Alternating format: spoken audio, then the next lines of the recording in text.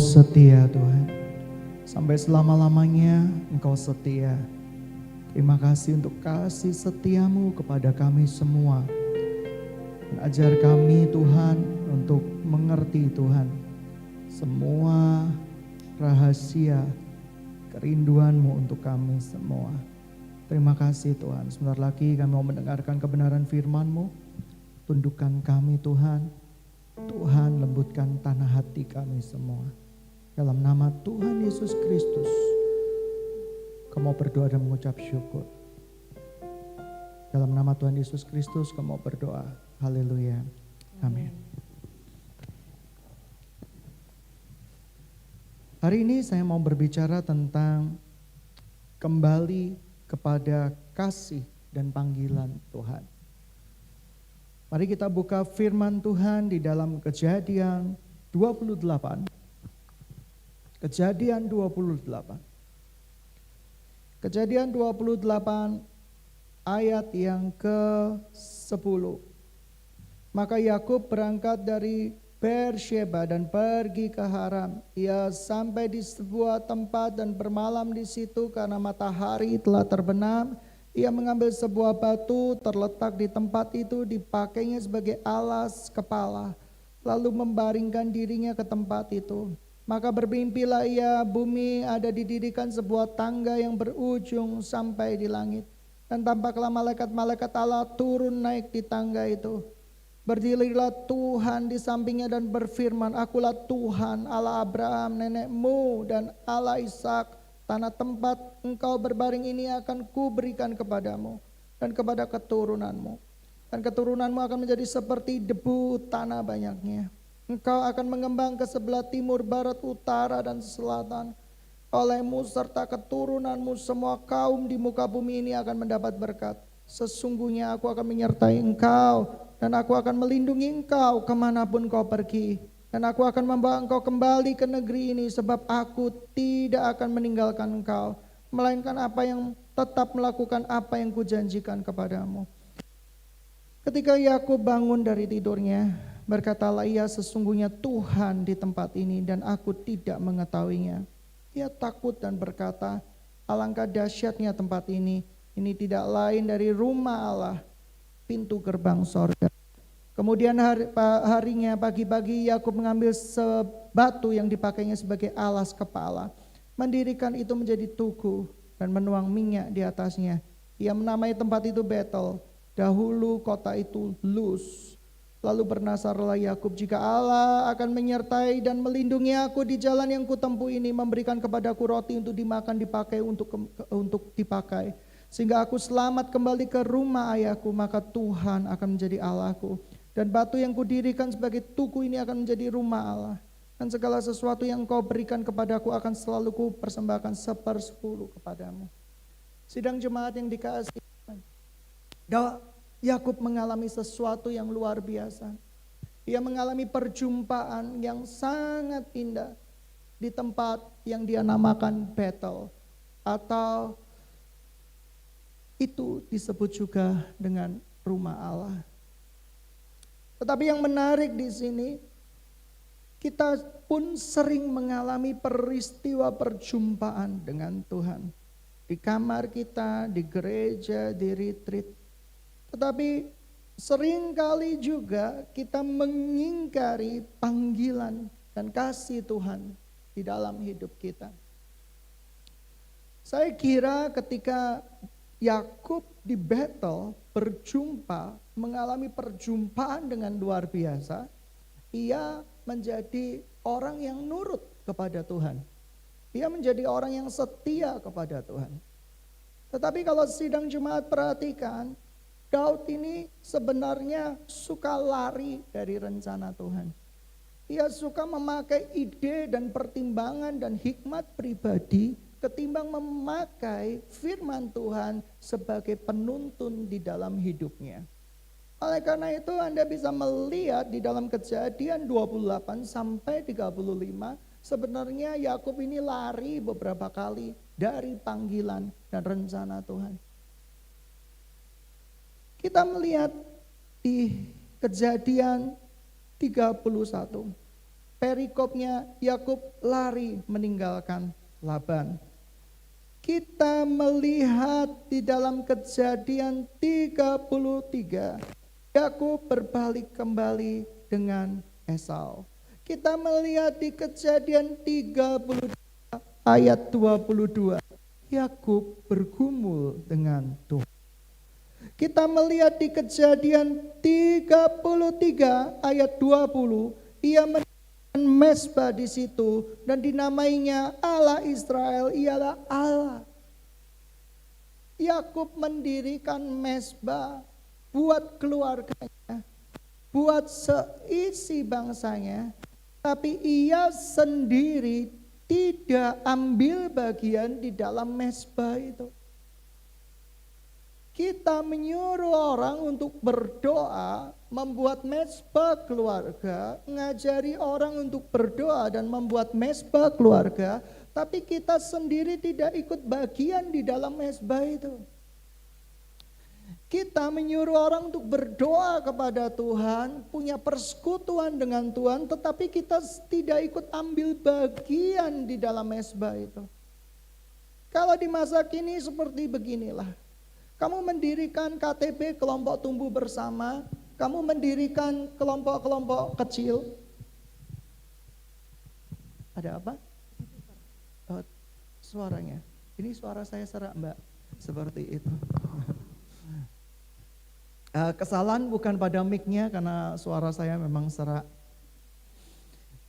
Sidang jemaat yang dikasihi Tuhan sampai saya lupa gitu ya. Percayalah kepada bukan dengan telingamu, percayalah. Nah, pada berikutnya ternyata apa yang terjadi? Kita mendirikan Rikom, kita menjadi gembala Rikom, kita mendirikan kubu-kubu doa, kita mendirikan mezbah, tapi kita nggak ikut terlibat di dalamnya. Hati kita tidak di sana. Yakub demikian. Ia mendirikan mezbah, tapi hatinya tidak pada panggilan dan rencana Tuhan. Ia masih punya pertimbangan pribadi, ia masih punya pikiran pribadi, dan kira-kira pikiran pribadi itu begitu lebih dominan daripada rencana Tuhan di dalam hidupnya. Pada satu ketika di Kejadian 34, Tuhan berkali-kali mengingatkan Yakub, Yakub, rumahmu di Betel. Kamu jangan pergi keliling-keliling. Rumahmu di Betel, di tempat ini rumahmu. No, dia punya pertimbangan pribadi. Yakub ini orang yang pelin-pelan sebenarnya. Dia lebih suka mendengarkan suara pikirannya ketimbang suara Tuhan. Tapi berkali-kali Yakub ini mudah tersentuh oleh Tuhan. Ketika dia pertama kali berjumpa dengan Tuhan di dalam pelariannya, ia bermimpi bahwa tempat itu adalah rumah Tuhan, ada malaikat naik turun, dan apa yang terjadi?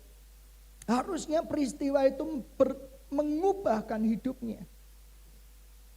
Tetapi yang terjadi tidak demikian. Peristiwa itu berlalu dan begitu banyak Alkitab mencatat 4 kali Yakub menolak panggilan Tuhan. Dan kita bisa lihat di dalam Kejadian 34, pada satu kali pergilah Dina anak perempuan Lea dilahirkan bagi Yakub mengunjungi perempuan-perempuan di negeri itu. Tuhan sudah berkata, jangan pergi ke negeri itu. Tapi Yakub punya pertimbangan sendiri.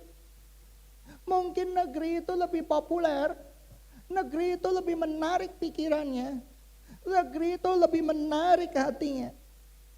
Dan dikatakan di sini, itu pun menurun kepada anak-anaknya. Anak-anaknya tidak jaga pergaulan. Lea suka bergaul dengan perempuan-perempuan Sikem yang terkenal dengan berhalanya. Ia lebih suka mengikuti cara hidup dunia yang menarik hati dan pikiran dan matanya. Lalu dikatakan di situ, ketika itu terlihatlah ia oleh Sikem, anak Hemor orang Hewi, raja negeri itu. Lalu Dina dilarikannya dan diperkosanya. Tetapi terikatlah hatinya kepada Dina anak Yakub itu. Ia cinta kepada gadis itu, lalu menenangkan hati gadis itu. Ini cinta eros. Sebab berkatalah Sikem kepada Hemor ayahnya, ambillah bagiku gadis ini untuk menjadi istriku. Kedengarannya kepada Yakub bahwa Sikem mencemari Dina. Tetapi anak-anaknya di padang menjaga ternaknya. Jadi Yakub mendiamkan soal ini sampai mereka pulang. Lalu Hemor yang Sikem pergi mendatangkan Yakub untuk berbicara kepada dia. Sementara itu anak-anak Yakub pulang dari padang. Dan sesudah mendengar peristiwa itu orang-orang ini sakit hati dan sangat marah karena Sikem telah berbuat noda di antara orang Israel dengan memperkosa anak perempuan Yakub. Sebab demikian itu tidak patut dilakukan. Lalu saudara-saudara daripada Dina ini mengambil sebuah strategi yang sangat brilian, yang sangat jitu. Ia membuat sebuah seperti sayembara. Yang mau dengan adikku, kamu harus disunat dulu. Wih, karena cantik jelita. Pria-prianya menyunatkan diri. Aku mau. Cantik ini cantik luar biasa. Dan setelah mereka sunat, dan kondisi waktu disunat, selesai disunat, itu sakit luar biasa. Diambillah kesempatan untuk menghabisi mereka. Pintar gak ini? Oh pintar. Pintar. Tapi Yakub tambah panik luar biasa. Kamu membuat gara-gara di negeri orang kafir. Kamu membuat perkara di negeri orang kafir. Sidang jemaat yang dikasihi Tuhan. Tuhan kadang izinkan kita melalui proses-proses pembentukan di dalam kehidupan kita supaya kita melihat kasih-Nya. Kita lihat di Kejadian 28 pernyataan Allah yang luar biasa kepada Yakub. Mimpi yang diberikan kepada Yakub begitu luar biasa, begitu merema di dalam hidup Yakub. Tapi apakah Yakub mengerjakan? Tidak. Dia punya pikiran sendiri, dia punya pertimbangan pribadi sendiri. Berkali-kali saudaranya mengajak, ayo kembali dengan aku. Tidak mau, ini keras kepala. Ketika ia bergulat dengan Allah sendiri, ia memenangkannya dalam tanda kutip. Ia memenangkan egonya. Ia memenangkan pikirannya. Ia memenangkan kehendaknya. Tapi apakah Tuhan selesai dengan Yakub? Tidak. Berapa banyak orang melihat engkau sudah tidak bisa diselamatkan lagi. Egomu sudah terlalu berat. Jangankan dengan teman-teman, perintah Tuhan pun dilawan. Ini perkasa banget orang ini. Jangankan dengan sanak saudara, jangankan dengan gembala, Tuhan sendiri dilawan. Ini Yakub keras kepala. Yakub begitu kuat di dalam prinsip, begitu keras di dalam prinsip, tetapi sampai orang mungkin melihat, saudara-saudaranya mungkin melihat, Tuhan itu salah pilih Yakub. Orang ini terlalu keras untuk diubahkan hatinya. Orang ini terlalu keras dengan prinsip-prinsipnya. Tapi Tuhan mendidik Yakub. Ia mengajarkan Yakub bahwa kalau engkau tidak kembali ke Betel, hancurlah seluruh hidupmu dan masa depanmu. Kejadian anaknya yang diperkosa. Kejadian saudara-saudara Dina mencari gara-gara dengan melakukan pembunuhan. Membuat Yakub begitu gelisah hatinya. Ia berpikir bisa mencari damai sejahtera menurut pikirannya. Tetapi dia salah. Dan apa yang terjadi? Ayat 35. Yakub di Betel untuk kedua kalinya.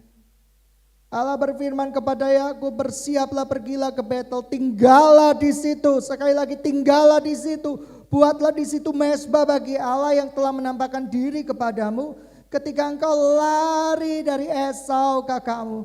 Lalu berkatalah Yakub kepada seisi rumahnya, kepada semua orang yang bersama-sama dengan dia, jauhkanlah dewa-dewa asing yang ada di tengah-tengah kamu. Tahirkanlah dirimu dan tukarlah pakaianmu. Marilah kita bersiap dan pergi ke Betel. Aku akan membuat mezbah di situ bagi Allah yang telah menjawab aku pada masa kesesakanku dan telah menyertai aku di jalan yang kutempuh. Mereka menyerahkan kepada Yakub segala dewa asing yang dipunyai mereka dan anting-anting yang ada di telinga mereka. Lalu Yakub menanamnya di bawah pohon besar yang dekat Sikem. Sesudah itu berangkatlah mereka dan kedahsyatan yang dari Tuhan meliputi kota-kota sekeliling mereka sehingga anak-anak Yakub tidak dikejar. Lihat hatinya Tuhan. Yakub pengen kembali ke Betel. Yakub sadar bahwa pilihannya selama ini adalah salah. Dan apa yang terjadi? Baru sadar saja pemulihan terjadi. Tuhan melindungi Yakub. Kota-kota yang tadinya penduduknya mau mengejar Yakub dibuat tidak berdaya. Musuh-musuh Yakub dibuat tidak berdaya. Musuh-musuh anak-anaknya dibuat tidak berdaya. Ini baru mau kembali kepada Tuhan. Baru mau kembali kepada rencana dan panggilannya yang sempurna. Semua diubahkan Tuhan. Lihat hatinya Tuhan. Kita belajar banyak dari Yakub. Orang yang berjumpa dengan Tuhan belum tentu langsung memberikan hidupnya bagi Tuhan. Mereka memiliki proses yang kadang bukan Tuhan inginkan, tetapi kadang mereka buat sendiri. Mereka terpaksa mengalami penderitaan.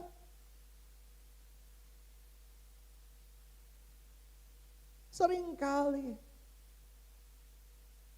kita berkata jangan bergaul dengan orang asing. Banyak orang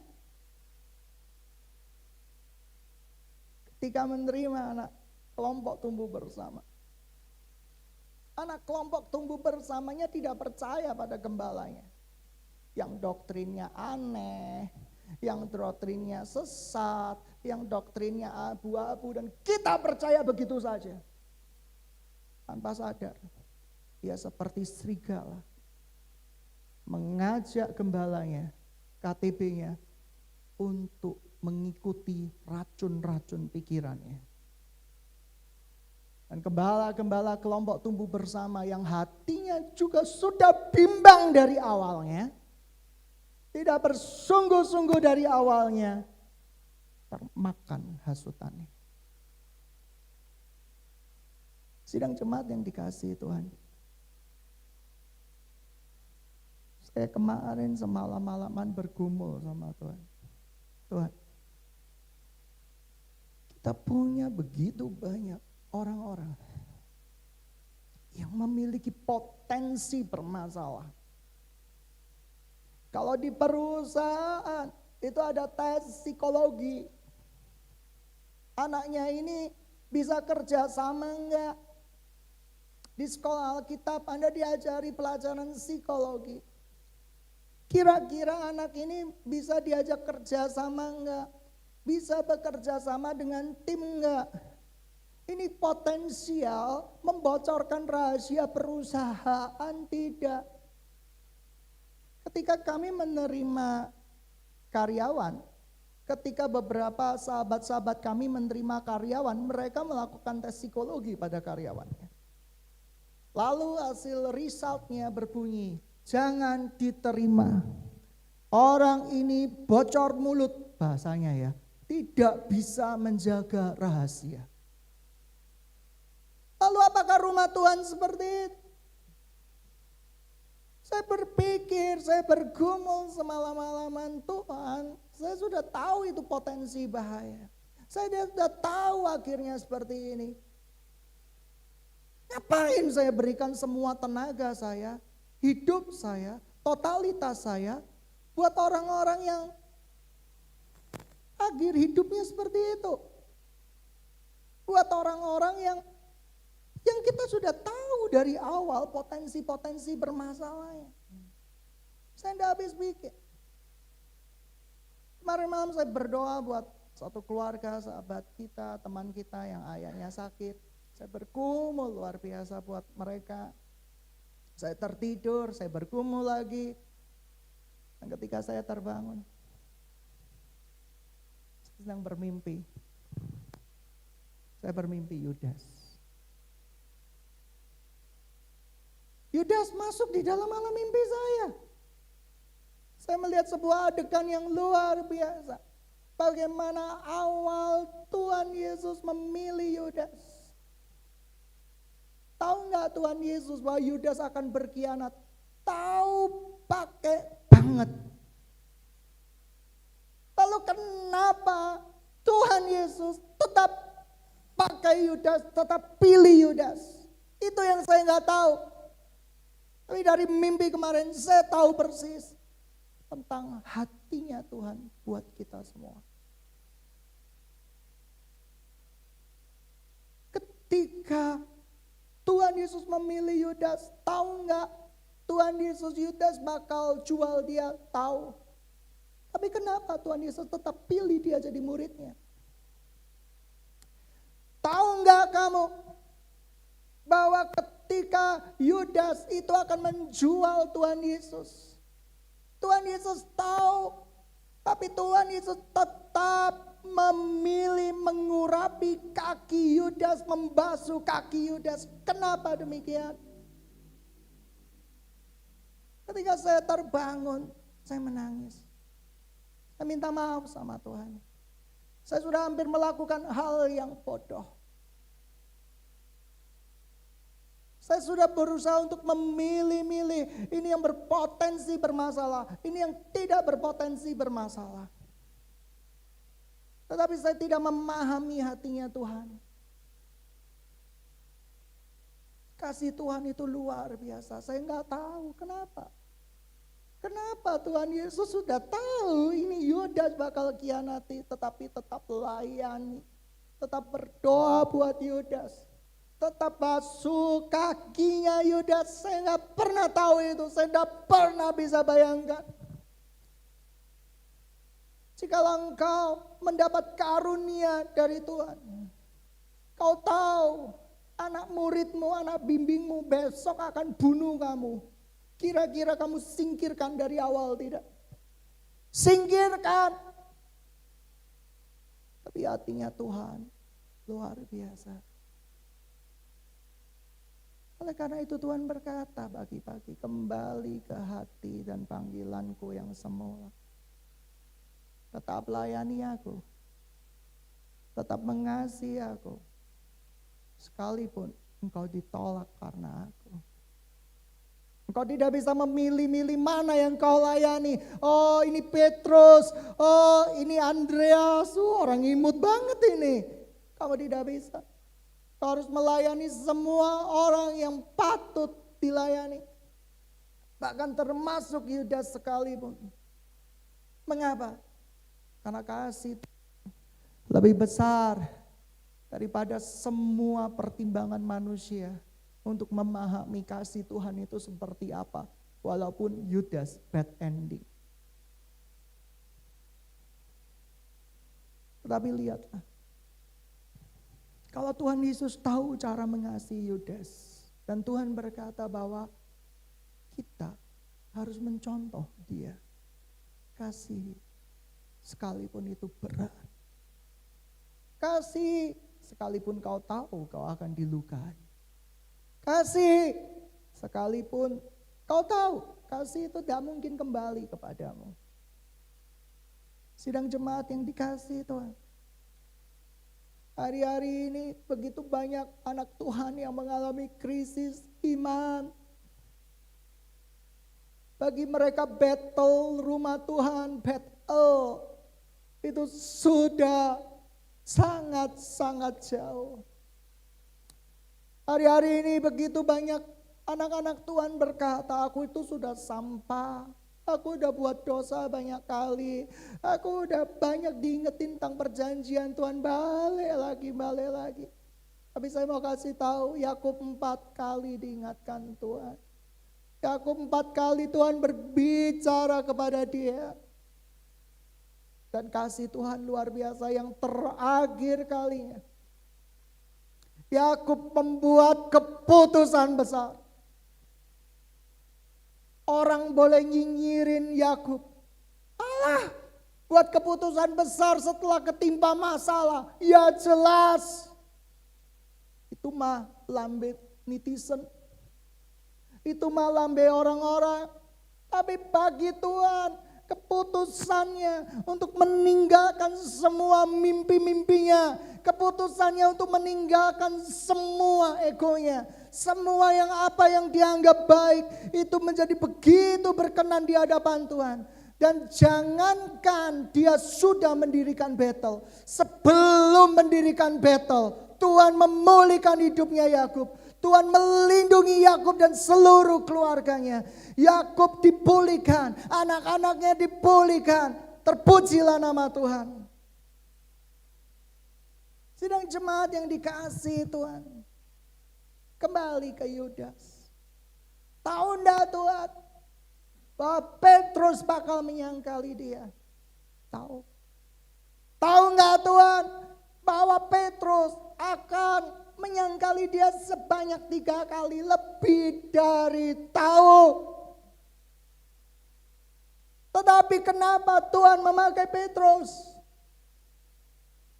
Tuhan kita adalah Tuhan yang memberikan kesempatan kepada kita semua. Tuhan yang memberikan kesempatan. Ada satu hal yang gak mungkin saya lakukan sekarang. Dan pasti nanti diserang oleh banyak orang. Sebuah kebiasaan pada waktu sebelum pandemi. Mari berjabat tangan kiri kanan. Sekarang tidak boleh kan? Tidak boleh. Mari berjabat kiri kanan engkau yang di rumah masing-masing.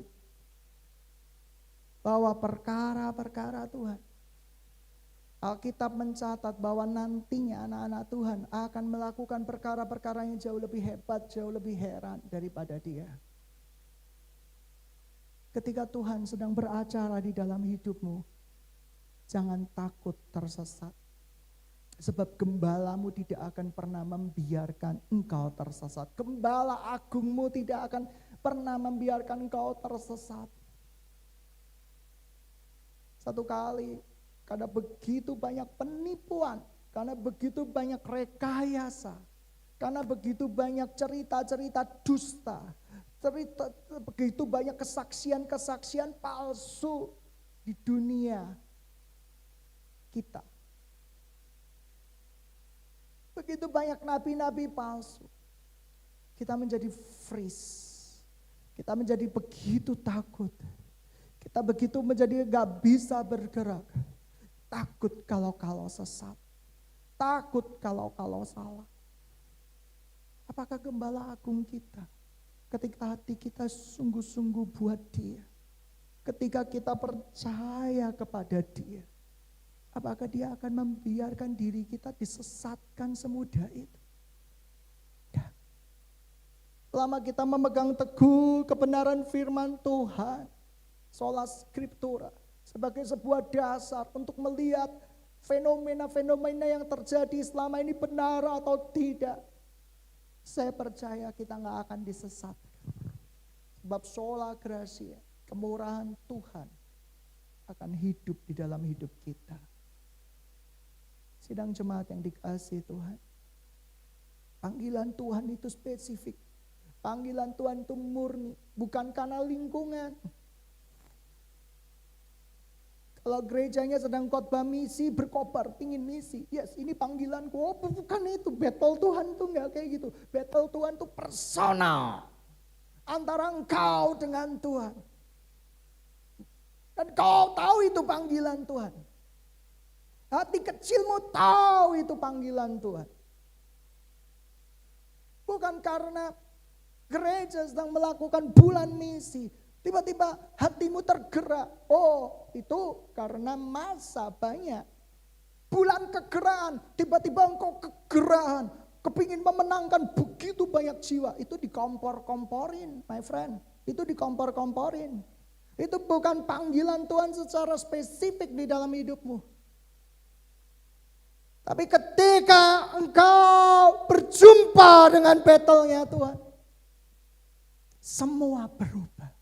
Ada keintiman di sana.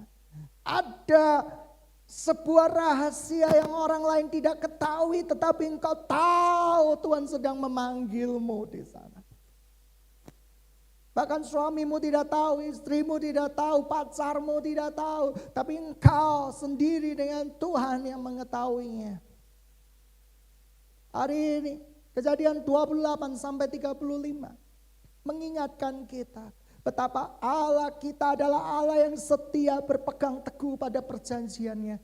Allah kita adalah Allah yang setia, yang selalu mengingatkan kita berulang-ulang untuk kembali masuk di dalam panggilannya yang sempurna, untuk kembali mendirikan battle-nya. Kejadian 33 ayat 20. Yakub tahu kuncinya mendirikan mezbah. Konyolnya, ia mendirikan mezbah dan suruh orang lain yang beribadah di sana. Ia sendiri tidak masuk di dalam mezbah itu. Sedang jemaat yang dikasihi Tuhan, ketika engkau punya perjanjian dengan Tuhan, jangan suruh anak rohanimu, jangan suruh anakmu. Berkatalah sama Tuhan, ini aku, pakai aku. Dahulu saya punya mimpi. Saya begitu banyak punya anak-anak rohani. Saya berharap mimpi Tuhan lewat saya bisa saya salurkan ke anak-anak rohani. Kan sama saja, itu beda. Saya baru sadar itu beda. Sidang jemaat yang dikasihi Tuhan, mari kembali ke Betel.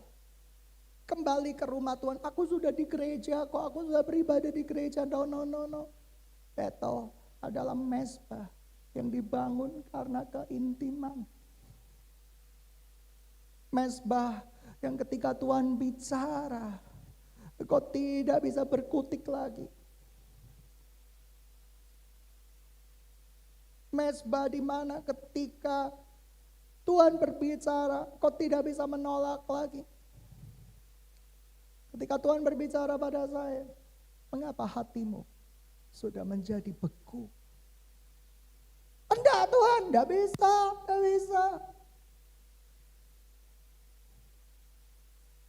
Tapi kita hanya bisa berkata, Tuhan, cairkan hatiku ini. Cairkan. Ketika Tuhan berbicara kepadamu, mengapa engkau lebih memilih saudara, suamimu, istrimu, anak-anakmu ketimbang dengan aku? Kita nggak bisa berkata, enggak Tuhan, enggak. Bohong itu Tuhan, itu berita dusta itu Tuhan, itu lambengnya netizen Tuhan. Oh nggak bisa, kita nggak bisa bilang gitu. Kita cuma bisa bilang, ya Tuhan aku salah. Aku mau kembali kepada kerinduanmu, kembali kepada panggilanmu. Ketika Tuhan berkata, kenapa engkau sekarang cinta uang? Enggak Tuhan, lihat aku masih rajin menabur, aku masih mengabung. Tapi engkau gak berdaya ketika Tuhan berkata itu. Ada bisikan yang lembut di hatimu. Dan Tuhan berkata, kau perlu kembali ke Betel. Kau perlu kembali ke rumahku. Kau perlu kembali ke rencanaku.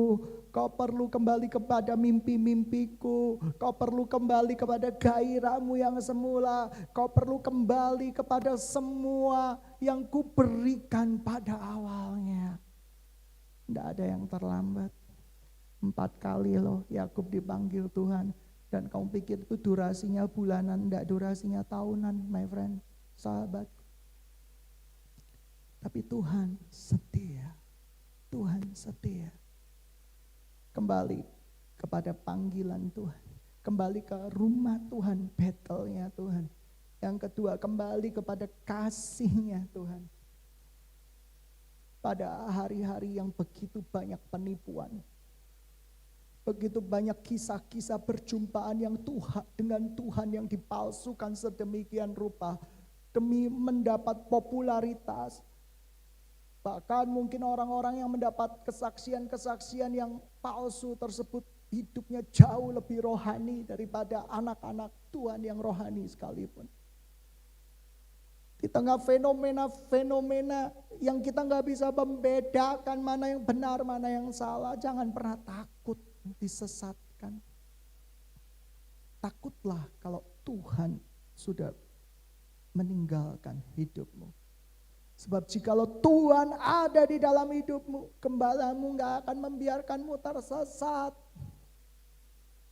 Alkitab mencatat, Tuhan akan melakukan pekerjaan-pekerjaan yang lebih dahsyat. Kita akan melakukan pekerjaan-pekerjaan yang lebih dahsyat daripada pekerjaan-pekerjaan Tuhan. Sekarang begitu banyak fenomena-fenomena yang lebih dahsyat, begitu banyak yang palsu, tapi yang asli apa tidak ada? Ada. Lalu apa urusan kita? Tiap kali melihat fenomena, kita menjadi begitu takut, ini asli atau palsu? Ini asli atau palsu? My friend, jadikan Yesus visionmu. Kamu gak akan pernah disesatkan. Jadikan firman Tuhan sebagai penuntunmu. Kamu gak akan pernah disesatkan.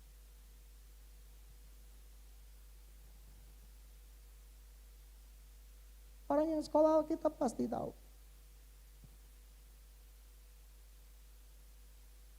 Kalau perjanjian lama, perjanjian baru, kitab Wahyu, cara pemahamannya berbeda-beda.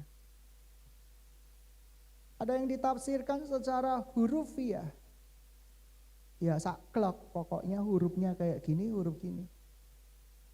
Ada kitab-kitab tertentu yang gak boleh dialegorikan. Alegori adalah perumpamaan-perumpamaan.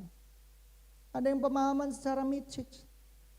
Ada pemahaman apokaliptik itu berbeda lagi. Kemarin ketika berbicara 144.000 diselamatkan, itu artinya apa? Apa 144.000 secara hurufiah atau perlambang? Saya tidak tahu. Saya bukan ahli di sana, jujur saja saya bukan ahli di sana. Tetapi ada yang menafsirkan itu 12 suku Israel dikali 12 kisah para rasul, lalu dikali dengan 1000. Angka 10 adalah kegenapan Tuhan. Sorry, gak peduli. Yang saya tahu, ketika kita bersungguh-sungguh di hadapan Tuhan, nama kita tercatat di dalam kitab kehidupan. Amin. Amin.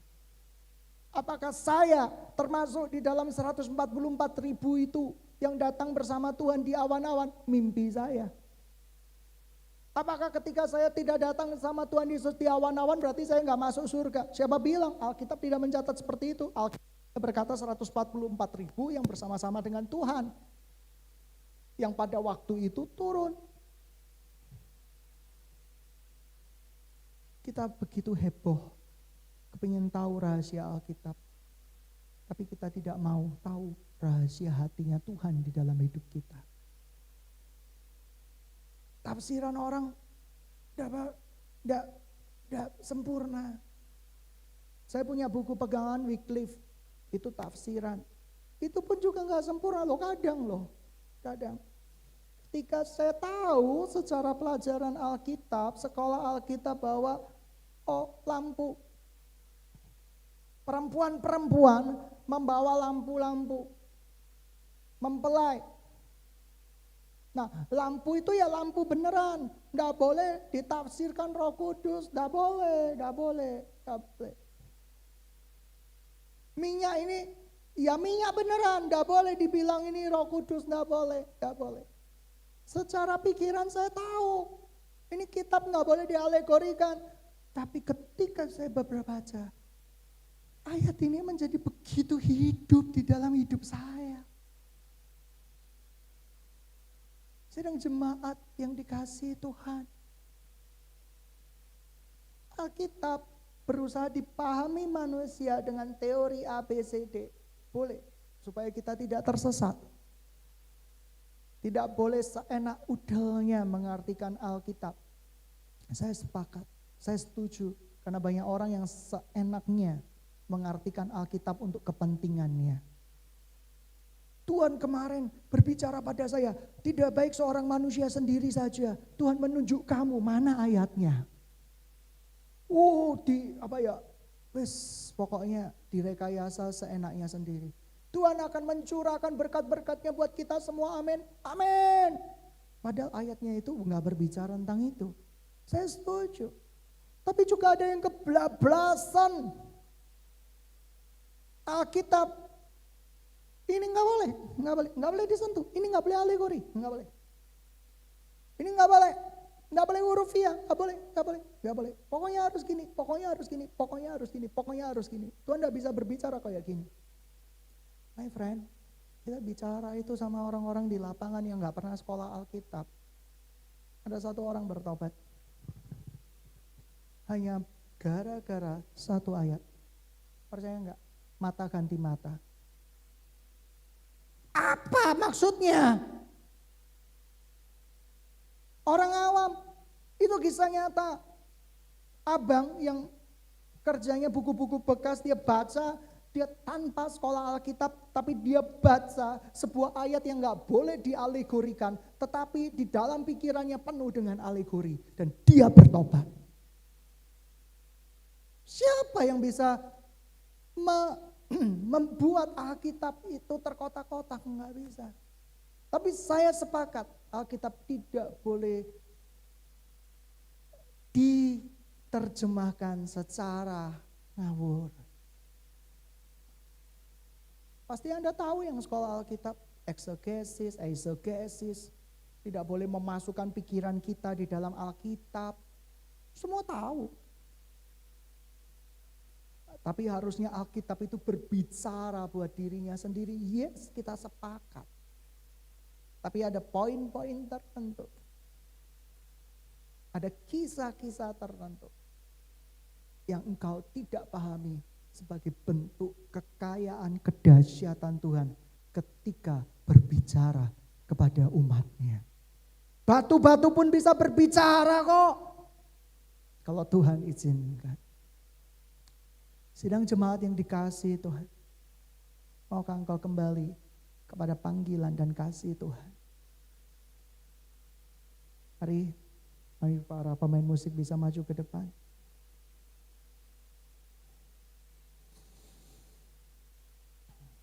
Mari kita tundukkan kepala bersama-sama.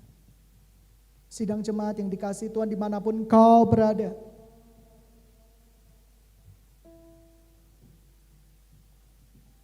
Berapa banyak di antara kita sudah sering kali meninggalkan battle atau rumah Tuhan. God, we have our own dream, God. Kamu kan punya mimpi sendiri, Tuhan. Don't touch me. Hidup ini cuma sementara, Tuhan. Berapa banyak gembala-gembala yang berkata, aku tahu sebenarnya anak ini punya potensi memberontak. Aku tahu. Berapa banyak gembala-gembala berkata, aku gak pantas ngasih jubah kepemimpinan kepada seekor babi. Saya pun punya pikiran demikian. Tapi satu kali Tuhan berbicara berbeda. Kasihku itu lebih daripada sempurna. Yudas, pemberontak, penjual Yesus. Tapi apakah Tuhan Yesus tidak mengasihi dia? No, Tuhan yang sangat mengasihi Yudas. Kasih itu, kamu tetap melakukan tindakan kasih sekalipun kamu tahu kamu bakal disakiti. Itu kasih. Itu kasih yang sempurna. Seringkali saya berkata, sudah tahu bakal kejadian. Sudah tahu. Tapi kenapa orang-orang tidak mau mendengar? Tuhan izinkan orang-orang tersebut, hidup di dalam pemikirannya sendiri. Tapi apakah kasih Tuhan berhenti? Tidak. Dia tanggung akibatnya, dia tanggung dosa-dosanya, dia tanggung pelanggaran-pelanggarannya. Tapi apakah kasih Tuhan itu stop di dalam dirinya? Tidak. Ketika Yakub melarikan diri dari Betel, apakah kasih Tuhan stop sama Yakub? Tidak. Dia tetap mengasihi Yakub, dia tetap memanggil Yakub 4 kali. Kalau saya sudah jadi Tuhan, kalau saya jadi Tuhan jangan pernah dan tidak akan pernah. 1 kali aja orang mokong saya sudah tendang. Ini 4 kali. Petrus 3 kali menyangkal dia. Allah kita adalah Allah yang memberikan kesempatan. Apakah engkau mau kembali kepada Betelmu? Jikalau sidang jemaat di rumah masing-masing mau kembali kepada Betelmu, rumah Tuhan, mezbah yang didirikan, persekutuan keintiman dengan Dia. Baru saja kamu niat, baru saja kamu terpikirkan apa yang terjadi. Yakub belum selesai mendirikan Betel.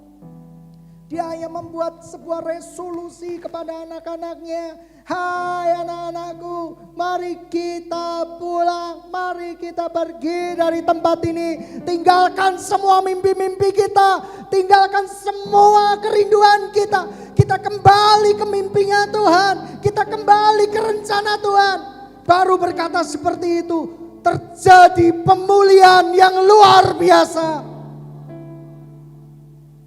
Perlindungan Tuhan terjadi atas keluarganya. Perlindungan Tuhan terjadi pada anak-anaknya. Kota-kota musuh yang mengejarnya dibuat tidak berdaya. Itulah Allah kita, itulah Tuhan kita. Tuhan yang berpegang teguh kepada perjanjiannya. Dia setia. Dia setia. Dia tidak pernah berdusta. Berapa banyak engkau sudah menjadi tidak memiliki kasih lagi. Hidupmu begitu banyak luka. Engkau disakiti bahkan oleh orang-orang yang kau percayai sendiri. Engkau dilukai oleh orang-orang yang kau rasa ini berbakat, ini bisa jadi leader. Tapi kita belajar dari kasih Tuhan dari itu. Dia tahu loh, Yudas mau jual dia. Tapi dia tetap basuh kakinya. Dia tetap urapi dia. Tuhan kita Tuhan yang memberi kesempatan. Mari kita bangkit berdiri bersama-sama di tempat kita masing-masing.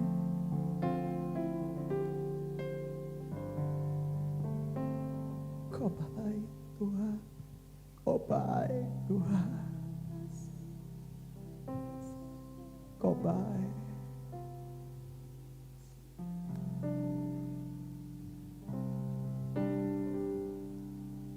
Kau baik Yesus, ya Rabbi, Kau baik. Tunjukkan kasih setia.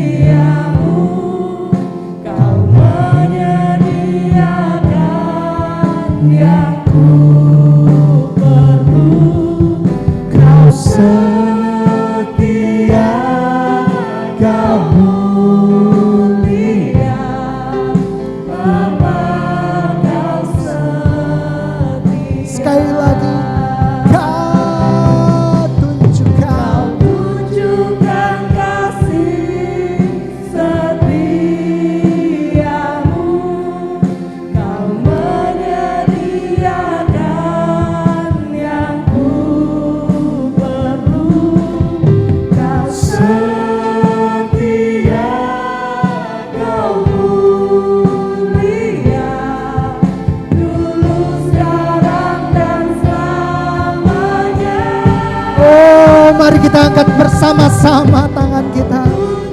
Haleluya. Setiamu, Kau menyediakan yang ku perlu. Kau setia, Kau mulia, Bapa, Kau setia. Kau tunjukkan, Kau tunjukkan kasih setiamu. Kau menyediakan yang ku perlu. Kau setia, Kau mulia, dulu, sekarang, dan selamanya. Kau tunjukkan kasih setiamu. Kau menyediakan yang ku perlu. Kau setia, Kau mulia, Bapa, Kau setia.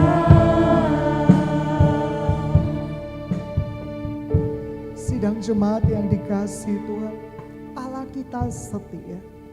Dia sungguh tidak pernah terbayang kasih dan pikirannya. Tuhan, hari ini Tuhan, kami mau kembali kepada Betel-Mu Tuhan, rumah-Mu Tuhan, rumah kediaman.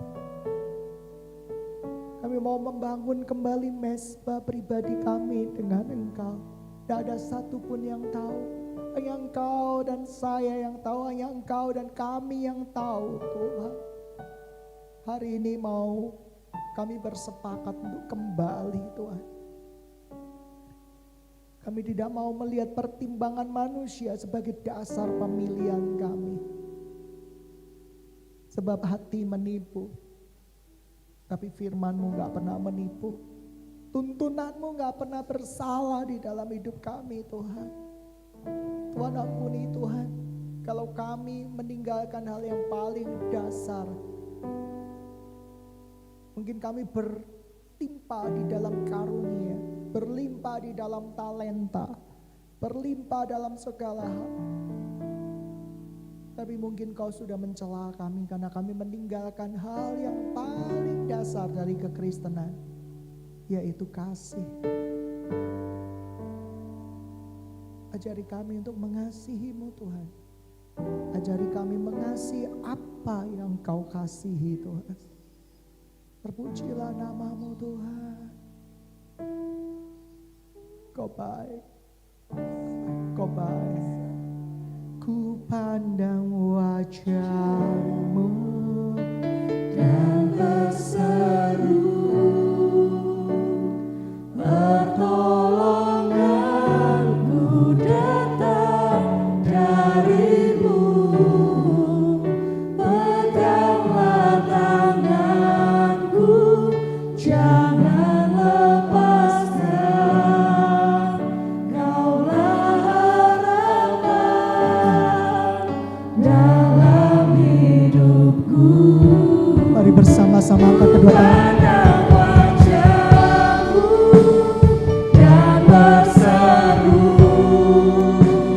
pertolonganku datang dari-Mu. Peganglah tanganku, jangan lepaskan. Kaulah harapan dalam hidupku. Ku pandang wajah-Mu dan berseru, pertolonganku datang dari-Mu.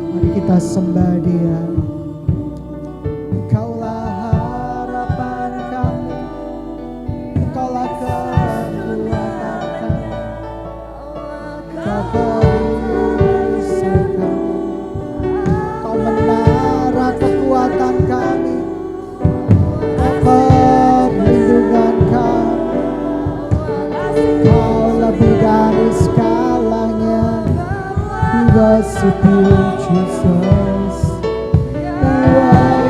We worship you. Selera baraba sekiranya Kau Tuhan setia. Kau Tuhan Allah yang setia.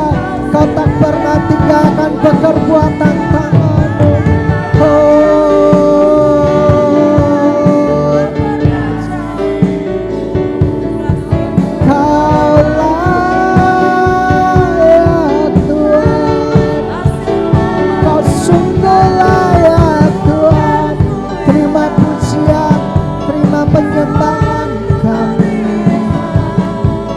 Kau Tuhan yang setia, ya Rabase. Kau Allah yang setia, Kau segala-galanya bagi kami. Oh Yesus, berkat perbuatan-Mu, Yesus.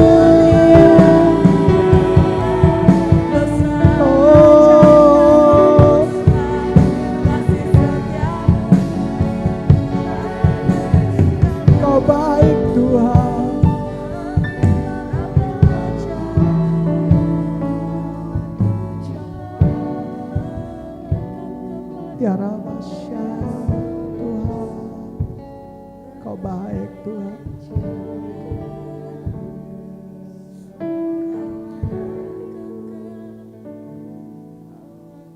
Oh, Kau gunung batuku, Kau kekuatanku. Kau baik Tuhan, Engkau baik. Engkau baik. Engkau baik.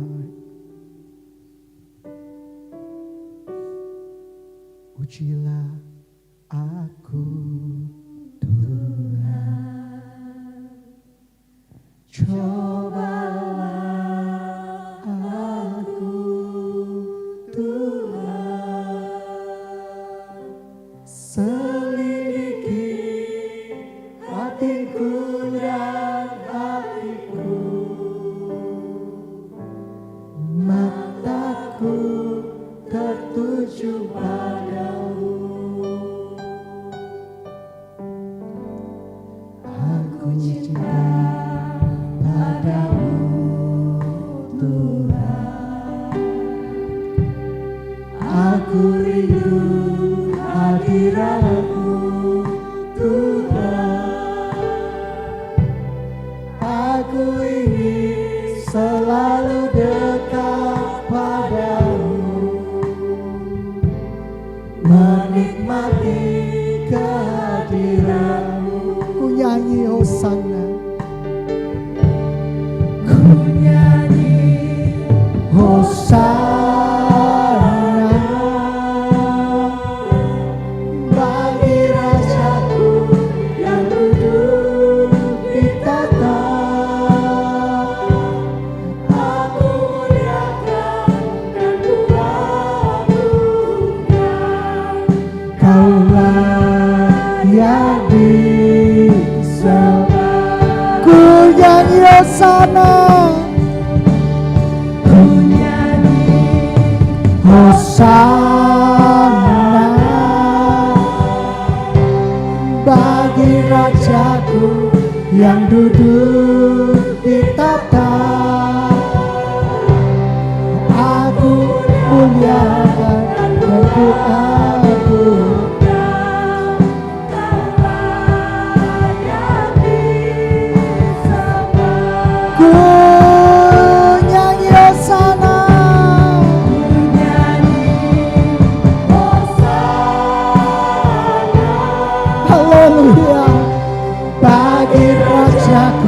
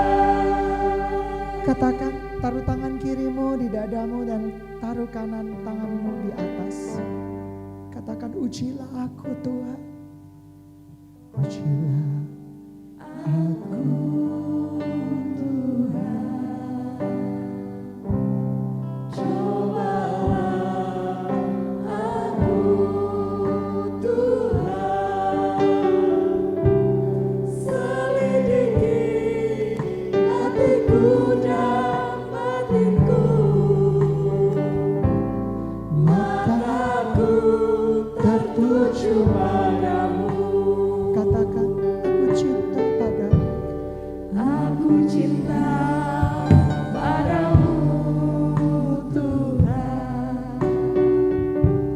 Aku rindu hadirat-Mu Tuhan. Aku ingin selalu dekat padamu, menikmati kehadiran-Mu. Ku nyanyi Hosana, Ku nyanyi Hosana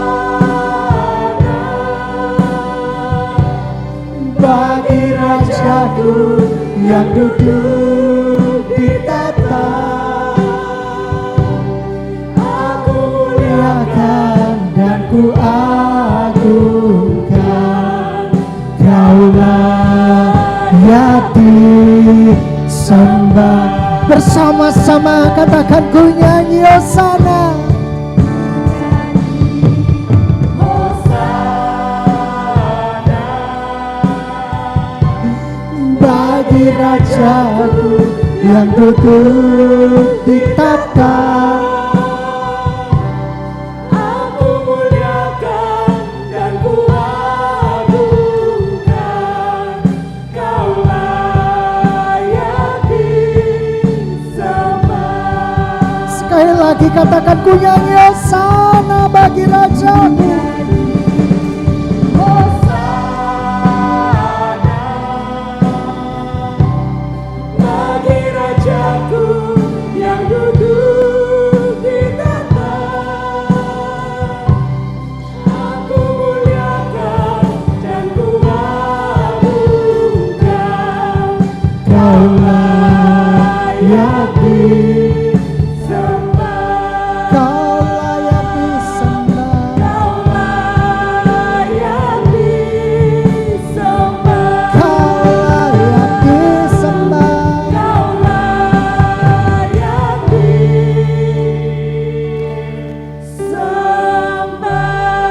Thank you Jesus. Oh, Kau berlimpah dalam syukur, Kau gunung batu. Yes Jesus, Kau baik Tuhan, Kau baik Tuhan. Mari kita persiapkan diri kita untuk menerima perjamuan suci.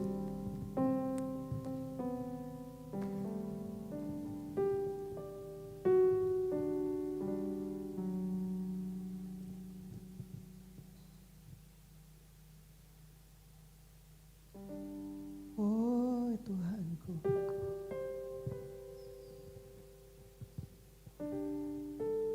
Kau adalah kekuatan kami, perlindungan kami, penuntun kami.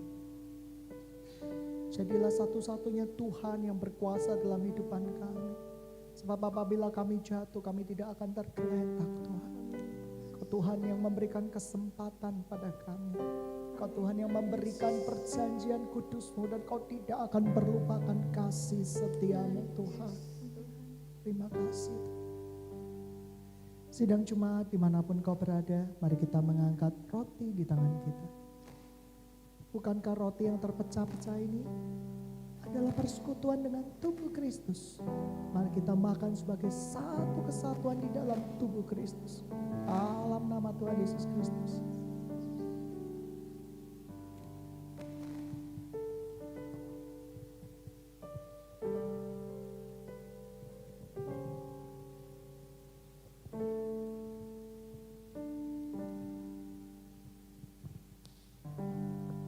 Kita buka anggur. Bukankah anggur perjamuan ini adalah persekutuan dan mengambil bagian di dalam darah Yesus? Kita minum bersama-sama dalam nama Tuhan Yesus Kristus. Terima kasih Tuhan atas pengorbanan-Mu di atas kayu salib buat kami semua. Terima kasih Tuhan atas segala-galanya.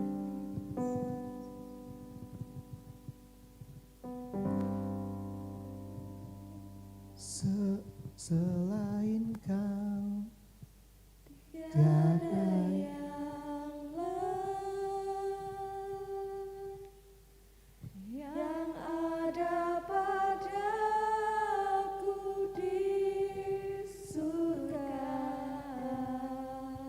kasih Tuhan. Hanya Engkau yang ku ingini,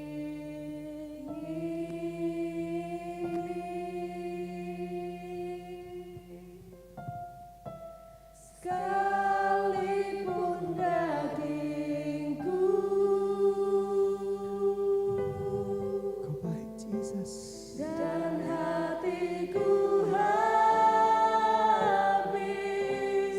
lenyap. Kaulah Allah bagianku,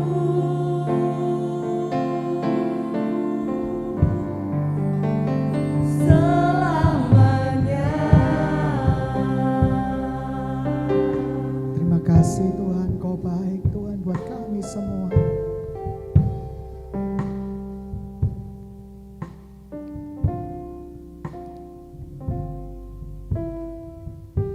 Tuhan, kami sudah menerima tubuh dan darah-Mu adalah sebagai lambang kami Tuhan, mengambil bagian di dalam penderitaan-Mu, mengambil bagian di dalam salib-Mu Tuhan.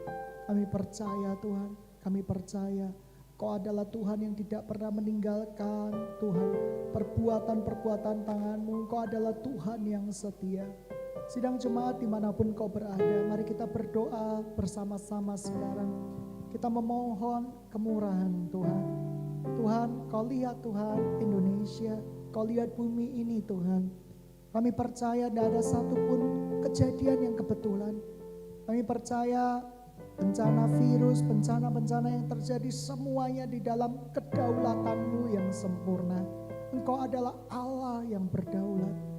Tuhan, berikan kami kesempatan, berikan semua bangsa-bangsa kesempatan untuk mengenal kasih dan anugerah-Mu.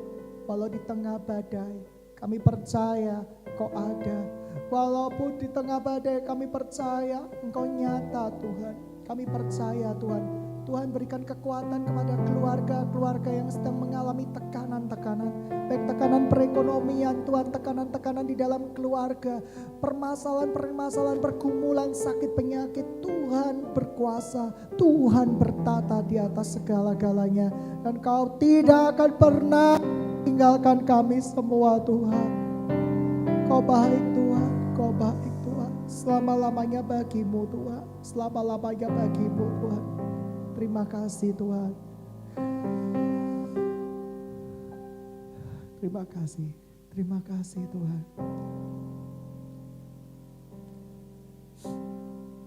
Kau baik Tuhan, Kau baik. Kau baik Tuhan.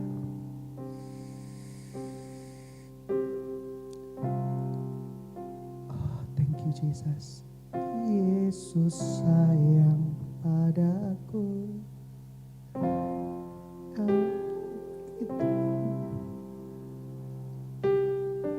Walau ku kecil lemah,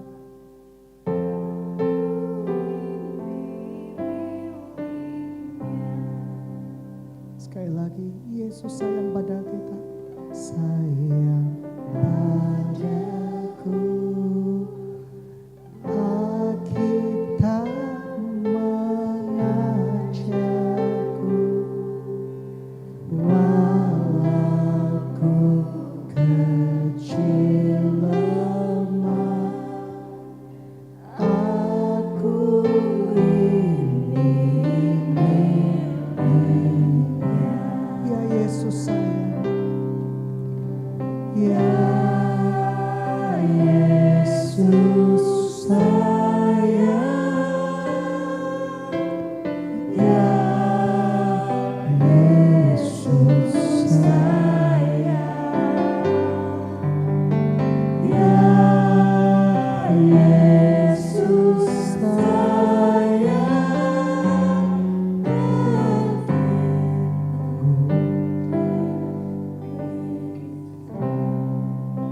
Mari kita angkat kedua tangan kita. Kita akan terima doa berkat.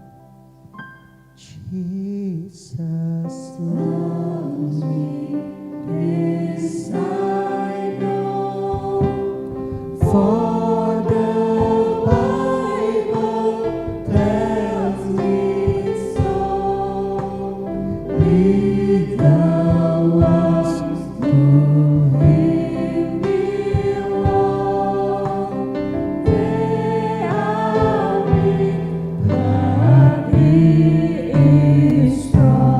Yes, Jesus loved me. Yes, Jesus loves me. Yes, Jesus loves me. Yes, Jesus loves me. The Bible tells me so. Katakan bersama-sama, yes, Jesus loved me. Yes, Jesus loves me. Yes, Jesus loves me. Yes, Jesus loves me. For the Bible tells me so. Sidang jemaat dimanapun kau berada, terimalah janji pemulihan dari Tuhan. Sebab engkau adalah pemulihan, engkau adalah anak-anaknya, engkau adalah perbuatan tangannya. Dia setia, dia Tuhan yang setia. Oleh karena itu sekarang biarkan kau menerima berkat dari Bapa, Putra dan Roh Kudus. Berkat-berkat kehidupan, berkat-berkat firman-Nya. Engkau akan dimampukan untuk bertahan sampai pada kesudahannya.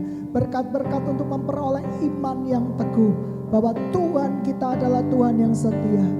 Pergi, jadikan semua bangsa murid Kristus, baptis mereka atas nama Bapa, Putra dan Roh Kudus, dan ketahuilah Tuhan Yesus akan menyertai kita. Hai engkau jemaat yang rasuli, rahmani dan rajani, di dalam nama Tuhan Yesus Kristus yang percaya sama-sama katakan amin.